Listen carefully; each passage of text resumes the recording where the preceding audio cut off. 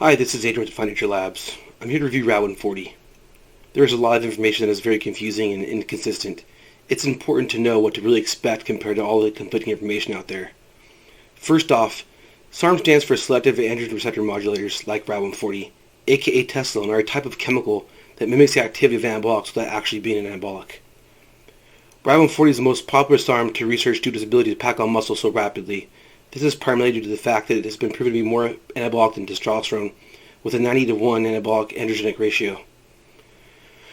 Research has shown that SARMs work by specifically activating individual receptors found throughout the body to bring about different effects depending on which types of tissue are being targeted. The SARM RAD140 targets the androgen receptors in skeletal muscle tissues to create anabolic effects including fat loss, enriched bone density, improving muscle mass growth, increased energy, and triggers an upsurge in nitrogen retention and increases protein synthesis. RAD140 is similar to traditional anabolics like testosterone because it provides similar anabolic effects throughout the entire body. Some researchers out there will go into great detail about how RAD140 does not suppress testosterone production. It only acts on androgen receptors and comes into contact with them, and does not have common side effects associated with common anabolic use. This is true if researching along with TRT. This is because this counters the problem of the natural production being shut down by replacing it with synthetic form.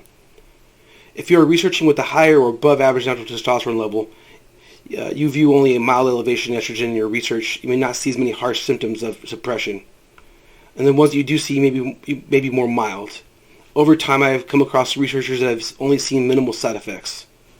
We obviously know that suppression occurs more often than less. Suppression typically increases throughout the duration of the research cycle. There may be more obvious side effects seen in research like elevated estrogen levels, decreased testosterone, fatigue, depression, and irritability. Most researchers have found recently that RAD140 has the potential to slightly decrease HDL, good cholesterol, and just slightly increase LDL, bad cholesterol. This should be monitored during research and tested again post-cycle. A clean, healthy diet throughout research can help combat this problem. To understand suppression, try and see it this way. When RAD140 is first started, it has been shown to increase the amount of testosterone. But eventually, it confuses the system that now signals enough testosterone is being made. This shuts down the testosterone production, as there is now an exogenous source of it being supplied through RAD140. This is why the system stops producing the luteinizing hormone. So despite all the information I've covered, RAD140 is a great research product for packing on muscle quickly. And overall, there are more pros and cons. Research cycles are usually seen around 8 weeks. This time frame is due to the fact that the SARMs can be liver toxic. The majority of researchers were working with a dosage between 10 and 20 milligrams. I haven't found many reports where researchers exceeded 20 milligrams per day because it's so powerful. Recovery can be brief with no lasting negative effects. If cycled properly. It's true to say researching brings its set of challenges. I have researched this product and love the results.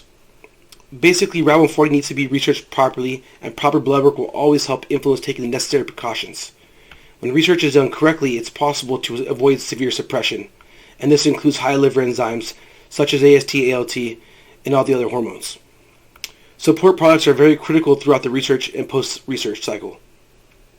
Most researchers include a well-balanced diet with enough nutrients and proteins.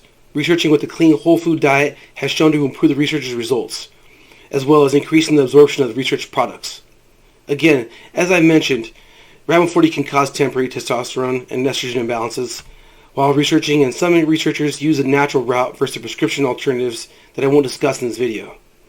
The natural alternative to combat the hormone effects of the cycles during research I have seen used is D-aspartic acid, DHEA, fenugreek, vitamin D, longjack, tonkat lee, ashwagandha, and 7-keto-DHEA. Research has shown that hormone imbalances are also often attributed with zinc deficiencies. Studies suggest that zinc plays an important part in regulating serum testosterone. Implementing foods that are rich in this essential nutrient have shown to help.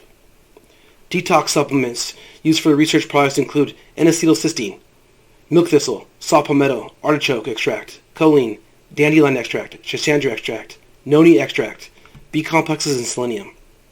If you want to learn more about animal clinical trials, I will provide those links below, but I will not discuss them in this video. There was a first-in-human clinical trial that was conducted. The phase 1 study aimed to indicate the safety, tolerability, and maximum tolerated dose, pharmacokinetic profile, and anti-tumor activity of RAD140, an oral selective androgen receptor modulator, or SARM. The conclusion to this trial was RAD140 is a novel oral androgen receptor targeted agent for the treatment of hormone-dependent androgen receptor positive, estrogen receptor positive, human epidermal growth factor receptor 2 metastatic breast cancer with an acceptable safety profile and preliminary evidence of target engagement and anti-tumor activity. Alright guys, so this will conclude this video. Thanks for watching. This video is brought to you by DefinancialLabs.com. Follow Definancial Labs on Instagram, TikTok, Facebook. Message me on Facebook if you want to be invited to our private group to further discuss research. And remember, this is not for human consumption. I'm not a doctor. I'm not a professional with this kind of supplement. It is not a supplement for human use. Thank you for watching. Have a good one.